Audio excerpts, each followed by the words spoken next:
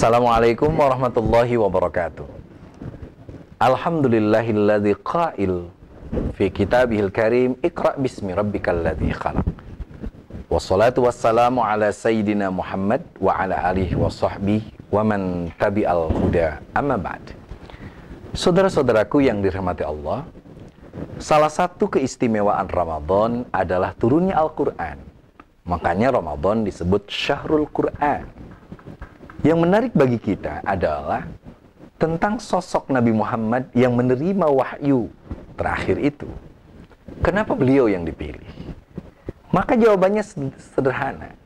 Nabi Muhammad dipilih karena beliau adalah seorang qari, seorang pembaca yang baik. Apa yang beliau baca? Yang beliau baca bukan tekstual, tetapi kontekstual. Kita tahu bagaimana Nabi Muhammad lahir di sebuah kawasan yang tandus, penuh dengan pertikaian, konflik, dan ada pada persaingan dua kerajaan besar, yaitu Persia dan Romawi. Dan Nabi Muhammad adalah orang yang dari mulai lahir kecil, dia sudah tahu apa arti peperangan. Dia belajar tentang strategi perang, dia belajar tentang manajemen konflik. Beliau pun belajar dari beberapa kerajaan itu, Romawi dan Persia. Dan pelajaran itu betul-betul dimasukkan menjadi sebuah pengetahuan besar bagi beliau. Pada suatu saat ilmu itu dipakai untuk melakukan perubahan. Maka jangan heran kalau Nabi Muhammad pada usia yang sangat muda sudah terkenal mendapat gelar Al-Amin, orang yang terpercaya.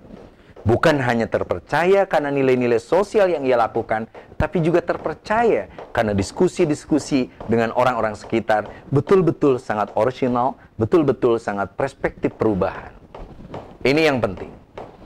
Baru pada usia 40 tahun, Nabi diberi wahyu oleh malaikat Jibril, diperintahkan oleh Allah Subhanahu wa taala, Iqra bismi rabbikal ladzi khalaq.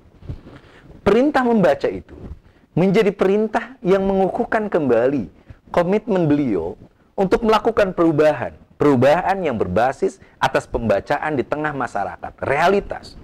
Jangan mengawang-awang. Jangan mencari teori yang tidak dibutuhkan oleh masyarakat. Nabi Muhammad membaca realita yang hidup di tengah masyarakat. Di sana ada orang-orang kaya yang menindas orang-orang miskin. Di sana ada penguasa-penguasa yang mencintai status quo agar tetap dihormati dan dihargai. Sehingga kemiskinan, kebodohan, termasuk juga penyembahan kepada berhala, adalah upaya-upaya yang dilakukan oleh kelompok-kelompok yang memiliki kekuasaan, kekayaan, pengaruh, serta keturunan yang baik, tetapi digunakan untuk menindas orang lain.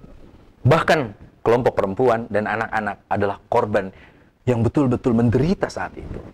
Nabi Muhammad diberi kekuatan oleh Allah untuk Iqra, membaca. Membaca kehidupan itu, tetapi bismi rabbikal ladzi khalaq. Dengan komitmen ketauhidan, dengan komitmen ketuhanan, Nabi Muhammad melakukan upaya transformasi, beliau berdakwah.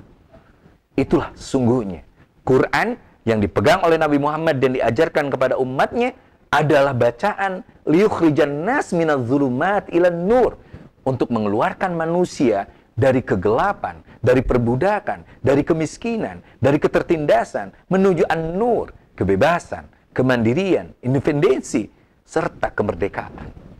Inilah yang menarik, bahwa kita hari ini perlu terus membaca teks-teks yang diajarkan oleh Nabi Muhammad, membaca Al-Quran. Tetapi Al-Quran dan hadis itu harus dipakai menjadi upaya liberatif, pembebasan umat manusia dari kebodohan dan kemiskinan.